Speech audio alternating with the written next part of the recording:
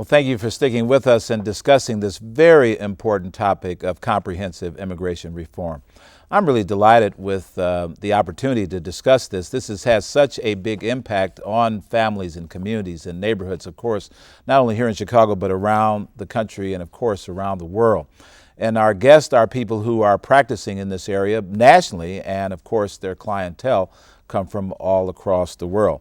My next guest is Scott Pollock of Scott Pollock and Associates, and his practice is in this arena, and I think he has some additional insights that we are delighted to have him here today and to take time away from his practice to discuss this.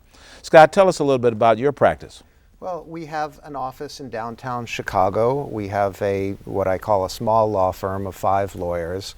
We represent employers, businesses, but we also represent individuals who are seeking to come to the United States or stay in the United States, and foreign nationals who work for the employers and who are building families and lives here from other countries. And like your friends that have been on earlier, I'd like to ask you,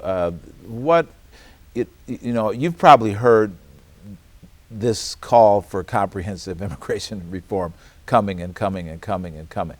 Is it really coming this time? Do you think this is the time that it might actually get done? Do you think something is different about the conversation as you see it right now? Well, I think that we're closer than we have been in a long time. We have a bill that's been passed by the Senate, S-744. It is now up to the House of Representatives to push its own agenda forward. It's really difficult to say right now, and I'm of completely 2 different minds depending on the moment that you ask me, whether I'm optimistic or very pessimistic or skeptical about what's happening. They say that laws are like sausage. You don't want to see them being made, and unfortunately we're close observers to this process that's unrolling, and it's not always pretty. It seems day to day that there's a lot of the usual sort of inside the beltway arm wrestling, and I don't think anybody can tell you how it's going to turn out, but we do remain optimistic. This is something that America needs to get done. It's had many years to work out a lot of its problems, but now is the time to really move some agenda forward to take care of the conditions that are really untenable at this point. Do you have a fair amount of clients that are small and medium-sized business? Yes, we do. We represent manufacturers, we represent financial companies, we represent some technology companies on the smaller end, a lot of mom and pop shops who are hiring professionals that they need to make their processes more efficient and become more profitable. When you talk to owners of those enterprises, CEOs, people in charge of running the business, people in charge of the HR department, what are the things that are most on their minds right now in this time of fluidity of comprehensive immigration reform? I think they want to make the process easier than it has been. They are facing situations where they're trying to hold on to highly skilled employees who have been with them, who have proven themselves as being sort of innovative and able to help the employers create other jobs. But everybody is frustrated, from the employers, from the management side. We have a system which has come to be termed the culture of no. We have an administrative agency or several administrative agencies involved in the immigration process. U.S. Department of Homeland Security, U.S. Department of Labor, and the rules they're really outdated, and the interpretations of the rules have made it very, very difficult for employers to obtain and retain the talent that they need in order to take their businesses to the next level. Again, there's a lot of talk about, top down, the Washington policy, the people advocating for strategic change. But in the halls of the bureaucracy, in the guys that are with the rubber stamps and passing the stuff along, do they have that same sense that this thing really could change and should change for the better because they see the frustration on your face and the face of your clients? I think that the people who work within the government are generally well-intentioned, and they are trying to apply the laws as they understand them. But when it comes to, it sort of highlights why we need changes coming out of Washington at this point. We need to make it easier for companies to attract people who are going to help the economy. And it doesn't really help anybody when an employer in good faith attempts to work through the system, spends perhaps thousands of dollars in out-of-pocket expenses and filing fees to bring someone who they've identified as a critical person, and only to find that because the government interprets the laws in a particularly restrictive manner, that they are stuck, they're denied, they've lost all of their effort, and they've lost their employee as well. Now this obviously means something because a lot of talk, of course, is the fact that companies today may find their competitors from anywhere on the planet. So this is really a question of global competitiveness. It was one time when these great sea of talent came to the United States for education or for a variety of reasons, and this was the best game in town. But that's not necessarily the case anymore. Is that correct? That's absolutely not the case, and it's a great point. It's one of the things that we have to recommend the Senate bill. It does contain provisions which would encourage the best and brightest to come to the United States and stay in the United States. Our universities, what role do they play in this process? Because of course they're the great landing pad for at least the young people that are in school and in talent and in these STEM careers. What role do they play in helping to facilitate, or they just say, hey, it's not my job, I educate them now, what happens after that is on somebody else's shoulder? No, not at all. The universities play a key role in the immigration system and debate. International education has been a growth industry over the last decade. It's really been booming, and they are really training the future leaders of the world. It's a frustration to the international educators to see how difficult it is for their graduates to integrate into the United States after graduating. The problems that we were just talking about, of restrictive policies and restrictive interpretations of the laws, impact the students, the graduates, as much as anybody. The caps on H-1B visas keep very talented people from remaining in the United States after they graduate.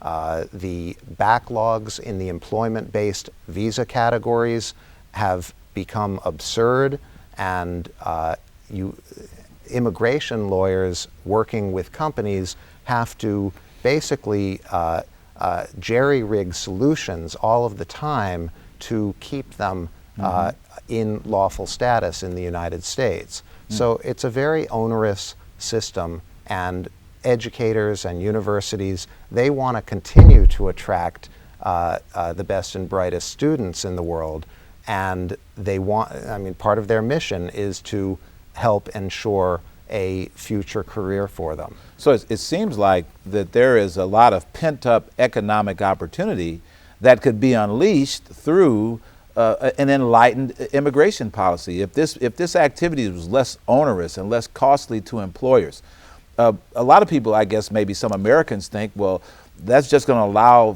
foreign workers to come in and undermine the cost structure, because we do see a great exacerbation between pay grades across different skill sets. But it sounds like there is a bigger opportunity that all of this talent, like was mentioned earlier, could really help our job creation engine. And these creatives and idea people and technical people could really start and found. In fact, when we look at who has actually founded some of our technology companies, when we think of Silicon Valley or Boston or here in Chicago, a lot of them are people that have benefited from your process, that have been the ones who have been the most productive at founding and starting and establishing companies that have created a lot of jobs on these sides of the shores. Without a doubt. Many of the most important technology companies over the last generation have been founded by foreign nationals. High percentage of patents that are issued by the patent office have as the patent holder or a key person in obtaining the patent people from around the world. It is something that we should be nurturing. As far as the benefit to the economy goes, the Congressional Budget Office has estimated that passing a comprehensive immigration reform bill will reduce the deficit by $1 trillion over the next 20 years, and that it will add to the GDP. There are very few credible critics among economists who are saying this is a bad idea for America. So let's talk about, in the time that we have left, some of the things that just seem like they make a whole lot of sense. When we talk about green cards, when we talk about H-1B, when we talk about the process and some of the systems that are currently rolling along, can you just describe maybe just a few areas where there's really a clear-cut approach to how these things could be improved and done better so that everyone could benefit? Well, as an example, each year we have allotted 85,000 H-1B visas. There are 65,000 available for people with bachelor's degrees or above, and then there's an additional 20,000 cap for people who have master's degrees or higher level degrees from an American educational institution. In the last quite a few years, the H-1B cap has been reached, and people have been shut out. Now, in this past year, when the fiscal year process came about, they received more new H-1B petitions in the first few days than there were under the cap. And what the Immigration Service does in that situation is they open it up to a lottery. They take all of the ones that were received before a certain date, before the date closes. And so it's the luck of the draw. It's the luck of the draw. So let's talk about a quick fix. What's a fix right there on that? Well, one is to raise the levels of H-1B visas, and that is part of the Senate bill. That would be advisable because it creates more certainty in terms of being able to plan your workforce, plan for projects, and that would make a lot of sense. In terms of on the administrative side and some of the things that add to the paper weight of all of this, are there some quick ideas that could reduce the administrative burden, or just moving through the process as it exists? What could cut some of that red tape?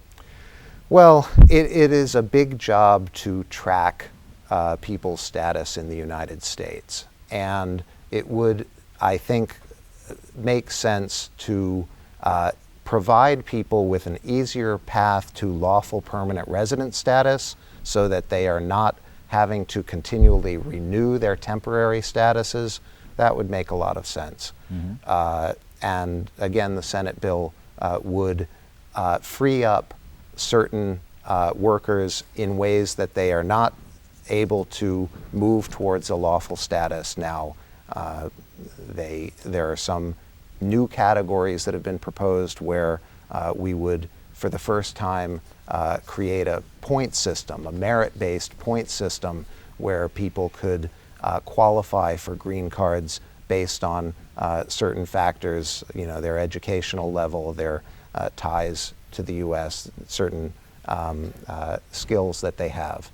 Can you think of any other area of law or the U.S. economy where something so needed and so complex could actually happen within a short period of time? Does this have to be unbundled in order for this to actually move through, or do you feel that because there is enough attention on this right now that we can get comprehensive immigration reform and the time is right, just like we did what we had to do to get some health care out the door? Can we do what we have to do to get immigration out the door? Well, I think it can happen if there's the political will to do so. It is an interconnected problem.